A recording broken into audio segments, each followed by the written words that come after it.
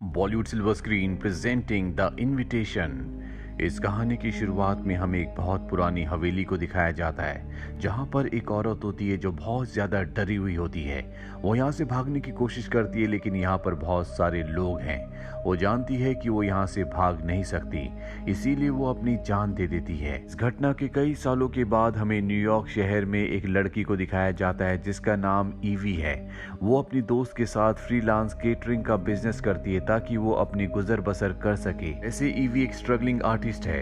उसकी दोस्त उसे एक डीएनए टेस्ट देती है। दरअसल ये कंपनी है जो इस तरह के लोगों के टेस्ट करवाती है जिससे वो पता लगा सकते हैं कि उनका इस दुनिया में कौन कौन फैमिली मेंबर है। और अब ईवी घर आने के बाद अपना डीएनए टेस्ट करवाकर कंपनी को भेज देती है और जब उसे रिपोर्ट मिलती है तो उसे पता चलता है कि उसकी फैमिली इंग्लैंड से थी और वहां पर उसका कोई कजन भी है। ईवी के कजन को भी ये इन्फॉर्मेशन दी जाती है कि उसकी कोई कजन सिस्टर है और अब ईवी को मैसेज आता है जो कि उसी के कजन का होता है जो उसे चाय पर बुलाता है। हालांकि ईवी की दोस्त कहती है कि तुम्हें वहां पर नहीं जाना चाहिए, लेकिन ईवी का इस दुनिया में अब कोई नहीं बचा। उसके माँ बाप की कई सालों पहले मृत्यु हो चुकी है, इसीलिए तय करती है कि वो अपने कजन से मिलेगी। वो एक होटल में उससे मिलने के लिए जाती है जहाँ पर उसका कजन उससे बहुत अच्छे से बात करता है और बताता है कि हमारा खानदान बहुत अमीर है और बहुत जल्दी हमारे खानदान में एक शादी होने वाली है, तुम्हें भी वहां पर आना चाहिए। और ईवी के पास इतने पैसे नहीं होते कि वो यहाँ से इंग्लैंड का टिकट अफोर्ड कर सके। उसका कजन कहता है कि मैं तुम्हारी टिकट करवाऊंगा और इसके बाद ईवी कुछ दिनों के बाद इंग्लैंड चली जाती है जहाँ पर एयरपोर्ट पर उसका कजन उसे रिसीव करने के लिए आता है, जिसके बाद वो उसे उस जगह ले जाता है जहाँ पर वो रहता है। ये एक बहुत बड़ी हवेली, बहुत बड़ा महल होता है। दरअसल ईवी का जो कजन है वो अपने परिवार के साथ इसी महल, इसी हवेली में रहता है क्योंकि वो सब इसके लिए काम करते हैं। यहाँ पर जो इस हवेली का मालिक है उसका नाम होता है वॉल्टर। ईवी का कजन उसे वॉल्टर से मिलवाता है। वॉल्टर ईवी से बहुत अच्छे से बात करता है। यहाँ पर शादी की तैयारियां भी चल रही होती है और जब ईवी हवेली के अंदर जाती है तो देखती है कि हवेली अंदर से बहुत ही शानदार है। यहाँ पर ईवी को उसकी एक सर्वेंट दी जाती है जो उसे उसका कमरा दिखाती है, साथ ही उसे यहाँ के कुछ रूल्स बताती है जिसके मुताबिक वो लाइब्रेरी में नहीं जा सकती। वो कहती है कि अगर आपको कुछ भी चाहिए हो तो आप बाहर मत आना, सिर्फ बेल बजा देना, मैं आपकी खिदमत के लिए आ जाऊंगी। ईवी अब खिड़की का पर्दा हटाती है और देखती है कि खिड़की पर लोहे की शार्प रॉड्स लगी होती है जिसे देखकर वो हैरान होती है। वो सर्वेंट से पूछती है कि रॉड्स किस लिए हैं। वो बताती है कि कभी कभी परिंदे अंदर आ जाते हैं, इसीलिए रॉड्स को लगाया गया है ताकि परिंदे अंदर ना आ पाए। और इसके बाद वो चली जाती है। ईवी यहाँ पर रहकर बहुत खुश है।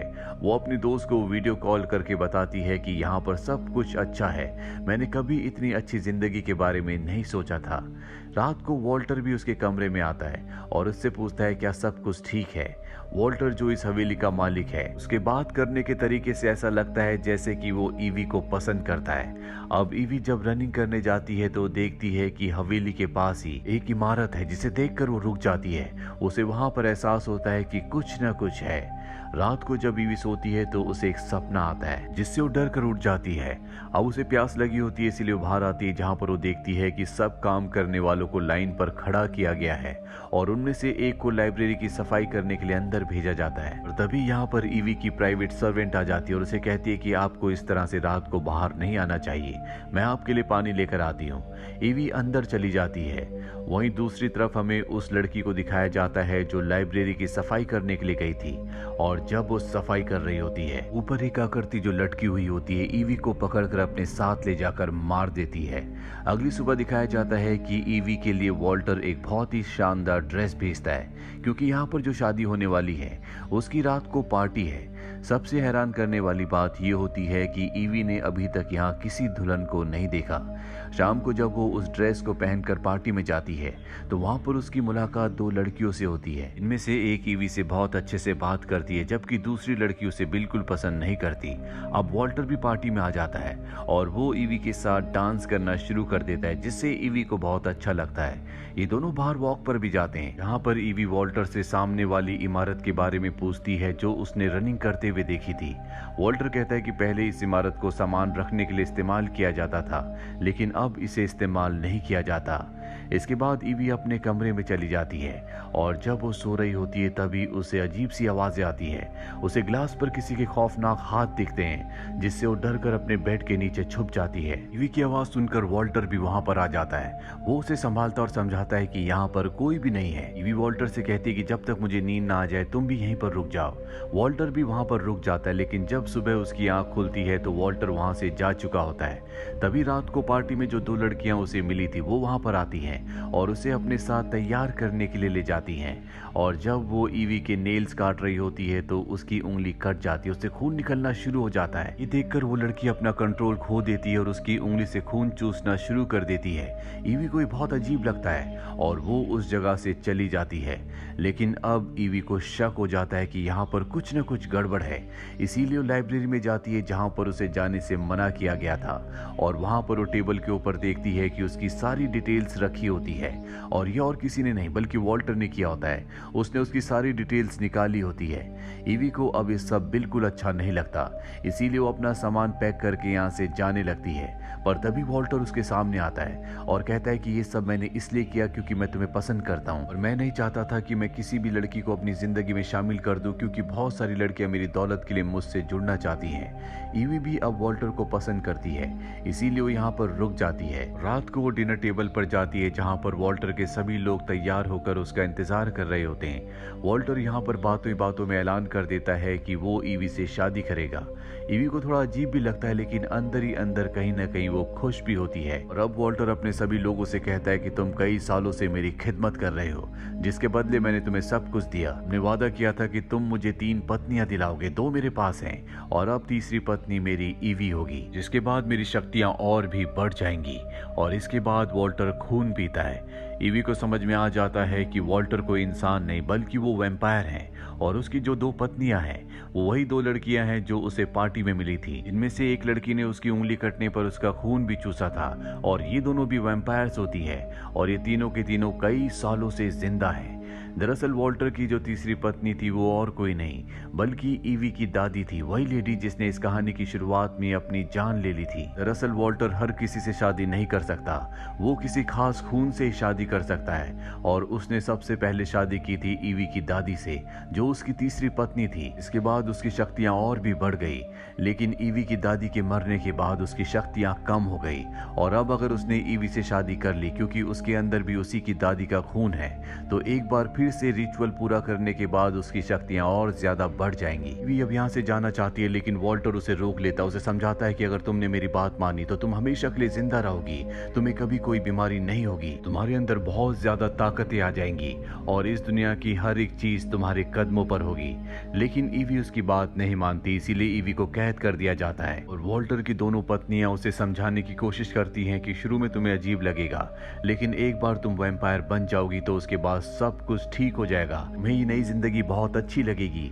लेकिन ईवी इस जिंदगी को एक्सेप्ट नहीं करना चाहती, वो दोनों यहाँ से चली जाती हैं। इसके बाद वो बूढ़ी लेडी जो ईवी की सर्वेंट है वो ईवी के पास आती है। वो कहती है कि तुम यहाँ से भाग जाओ, नहीं तो तुम्हारी जिंदगी कभी भी नॉर्मल नहीं हो पाएगी। और ईवी यहाँ से भागकर सामने उसी घर में चली जाती है जो कई सालों से बंद है।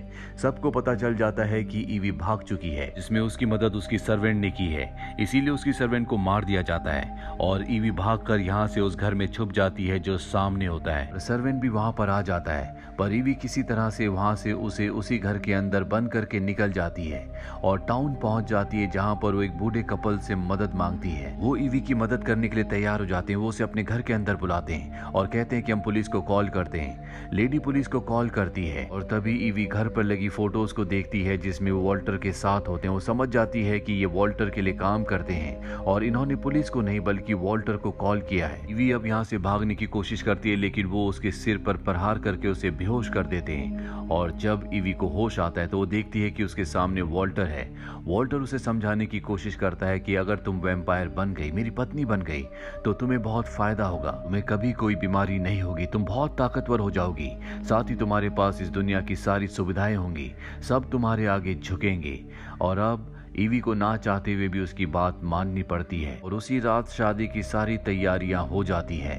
और अब वॉल्टर ईवी से कहता है कि तुम्हें मेरा खून पीना होगा, और इसके बाद वो वॉल्टर के हाथ को काट कर उसका खून पीती है, जिसके बाद उसके अंदर असीम शक्तियां आ जाती है। और अब वॉल्टर को भी उसका खून पीना था, जिसके बाद उसकी शक्तियां बहुत ज्यादा बढ़ जाएंगी।